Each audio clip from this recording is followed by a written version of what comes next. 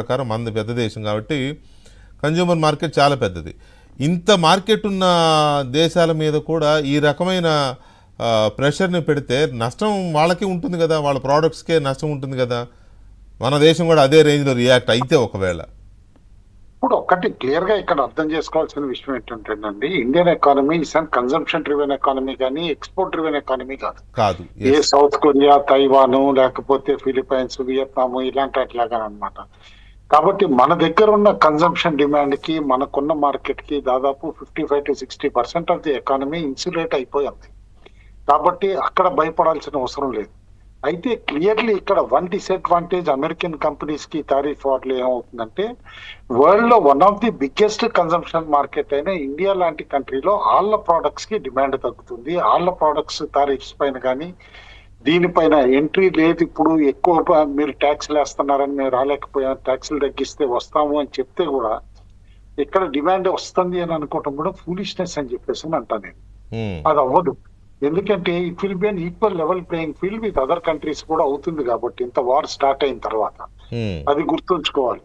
And second point ఇంకోటి, అమెరికాలో చేస్తున్న తప్పు అంటే at least from foreign policy point of view తో నేను స్పెషలిస్ట్ కాకపోయినా నేను అనేది ఏంటంటే, ఎప్పుడైనా మనం ఒక కాలనీలో మన ఇంట్లో ఉన్నాం అనుకోండి, మన చుట్టుపక్కల నైబర్స్ తో సఖ్యత మెయింటైన్ చేస్తామా లేదా? ఎందుకంటే పీస్ఫుల్ బతకడానికి కాలనీలో ఇప్పుడు భారతదేశమే ఉంది, మన నైబర్స్ పక్కన బంగ్లాదేశ్ లేకపోతే నేపాల్, ఇప్పుడు హిస్టారికల్ గా పాకిస్తాన్ అగేన్స్ట్ అనుకోండి, శ్రీలంక, ఇలాంటివి ఫారెన్ పాలసీలో మనం నెగిటివ్ చేసుకుని అగేన్స్ట్ చేసుకుంటే ప్రాబ్లం ఎవరికి? భారతదేశానికి కూడా కదా.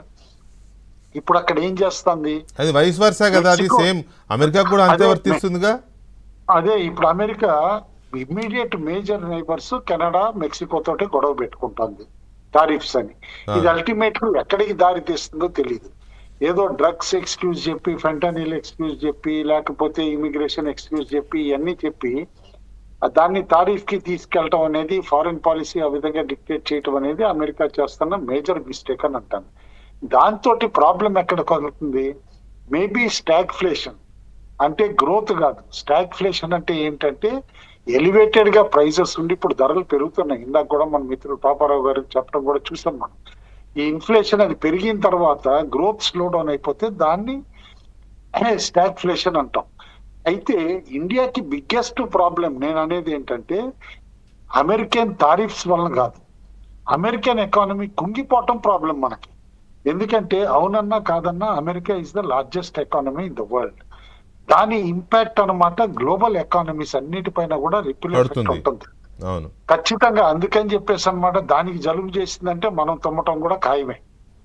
అందుకని చెప్పేసి అమెరికన్ ఎకానమీ ఏ విధంగా షేప్ అవుతుంది, ఈ టారిఫ్ వార్ ఎక్కడికి దారి తీసి అమెరికా ఎకానమీ గనక కుంగిపోవటం అంటూ మొదలైతే గనక ఆర్ రెసెషన్ దిశగా అన్నమాట వెళ్తే, నేను అనుకోవటం that will be a bigger effect than tariffs on country like India అని చెప్పేసి క్లియర్ గా. స్టాక్ మార్కెట్స్ పడిపోవడం కూడా దాని ఎఫెక్టేనా?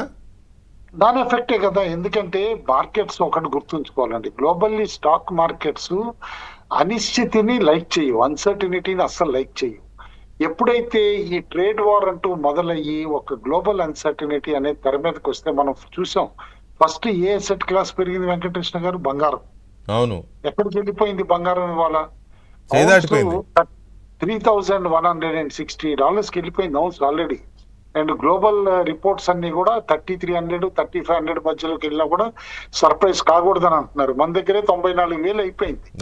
అంటే క్లియర్ కట్ గా ఈ అనిశ్చితికి భయపడుతున్నారు గ్లోబల్లీ ఇన్వెస్టర్స్ అంటానికి నిదర్శనం అదే కదా.